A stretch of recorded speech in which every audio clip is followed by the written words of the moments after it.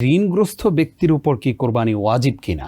আবার প্রসঙ্গত আপনার কাছে আরও একটা প্রশ্ন রাখতে চাই, সেটা হচ্ছে কেউ কেউ আবার ঋণের দোহাই দিয়ে কোরবানি করেন না, অথচ এই ঋণ এখন পরিশোধ না করলেও চলবে। বুঝতে পারছি। তো তাদের ব্যাপারেও কি বলবেন? হ্যাঁ, ঋণের দুইটা অবস্থা আছে।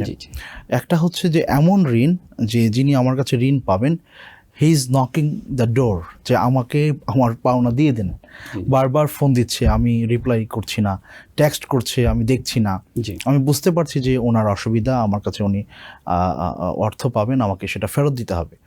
রাসূল কারীম সাল্লাল্লাহু আলাইহি ওয়াসাল্লাম বলেছেন, মাতলুল গানি যুলম, যার কাছে সামর্থ্য আছে ঋণ পরিশোধের কিন্তু উনি ডিলে করছেন, ইচ্ছা করে দিচ্ছেন না, গড়িমসি করছেন, এটা জুলম। যে ব্যক্তি আপনার প্রতি ইহসান করলো, আপনি তার প্রতি জুলম করছেন। সো এরকম যদি হয় যে যিনি ঋণ পাবেন, he is knocking the door, আপনি দিচ্ছেন না, এই ব্যক্তির কোরবানি যদি তিনি করেন, আল্লাহ সুবহানাহু ওয়া তাআলা এই কোরবানি কবুল নাও করতে পারেন। কারণ তার উপরে ওয়াজিব কোরবানি না, তার উপরে ওয়াজিব হচ্ছে ওই ঋণ যিনি দিয়েছেন তার ঋণ পরিশোধ করা আগে। আচ্ছা, এটা হলো একটা অবস্থা। আরেকটা অবস্থা হচ্ছে যে আপনি ঋণগ্রস্ত কিন্তু আপনাকে সুযোগ দেওয়া হয়েছে যে আপনি নেক্সট 2 ইয়ার্স বা 3 ইয়ার্সের মধ্যে এই ঋণ আপনি পরিশোধ করতে পারেন।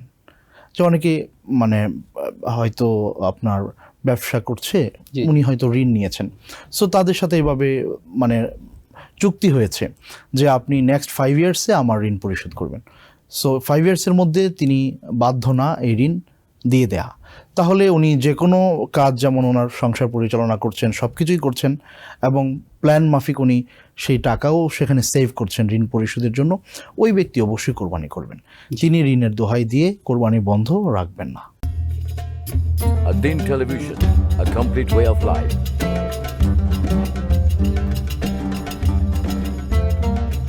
প্রিয় দর্শক, ধন্যবাদ আদ্দিনের সাথে থাকার জন্য। এমন আরও সুন্দর সুন্দর ইসলামিক কন্টেন্ট ও সবশেষ আপডেট পেতে সাবস্ক্রাইব করুন আমাদের ইউটিউব চ্যানেল আদ্দিন এবং পাশের বেল আইকনটি চাপুন। পরবর্তী সকল ভিডিও নোটিফিকেশন পেতে যুক্ত থাকুন আমাদের সোশ্যাল মিডিয়ায়।